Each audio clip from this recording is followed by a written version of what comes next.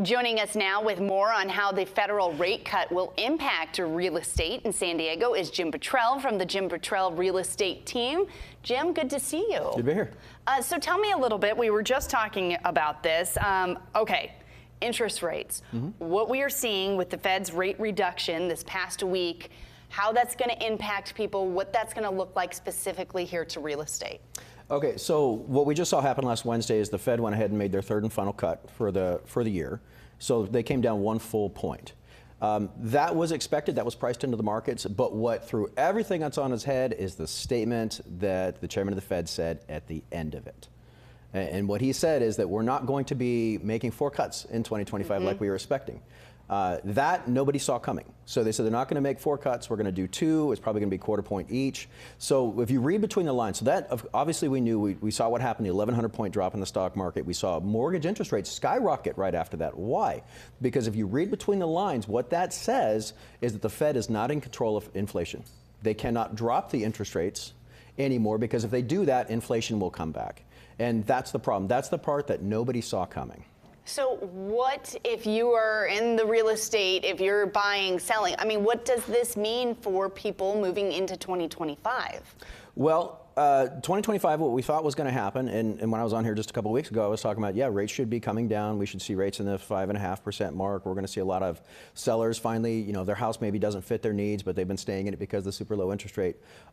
Right now, and this is just all brand new, but I think it's all off the table. I think that 2025 is going to be a replay of 2024. I think that we're going to have interest rates probably sitting in that 6 to 7% range, just like we did this year in 2024.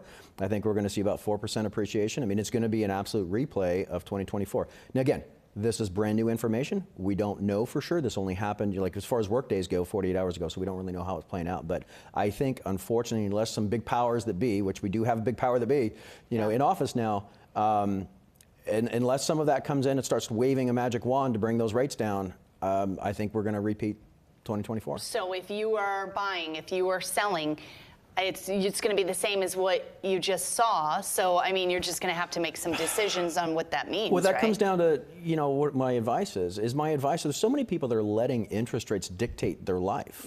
You have so many people that are in a house right now that doesn't fit their needs.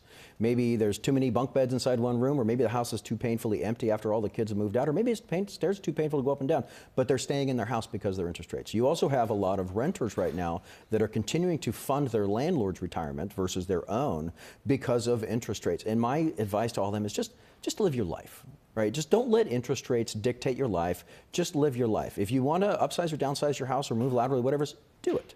If you want to stop being a renter, do it. Right, that's it. This is just the way it's going to be. In the 6 to 7% interest rates, it's something we're going to get used to, kind of like $5 gas. Right, we're all kind of used to it now, right? Okay. Now, you actually, given that it's the holidays, you actually went and gave some money to Rady Children's Hospital, right? Well, yeah, it's not just me. It's my team.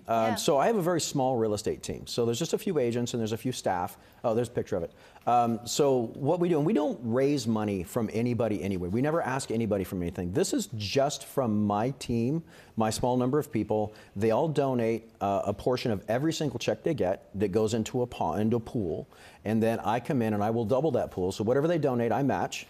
And this year we just did a $10,000 donation to Rady Children's Hospital. Most all of us have kids. I have 3, so I jokingly say I have season tickets to Rady Children's Hospital. I've seen the amazing things they do. One of my friends, his son was born very, very premature and spent the first 4 months of his life in the Rady NICU, so I got to see, you know, I know all about that stuff.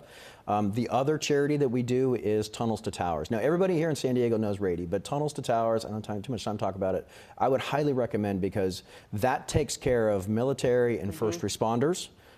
So we're taking care of the people that are taking care of us. And then, of course, Rady, we're taking care of our children, and those are our future. So well, Jim, it's a big deal to us to give back. That's amazing and incredible that you guys were able to do that, and we appreciate you joining us today. Thank you so much. All right. Jason, over to you. All right. Thanks, Allie. Well, for the first time in years,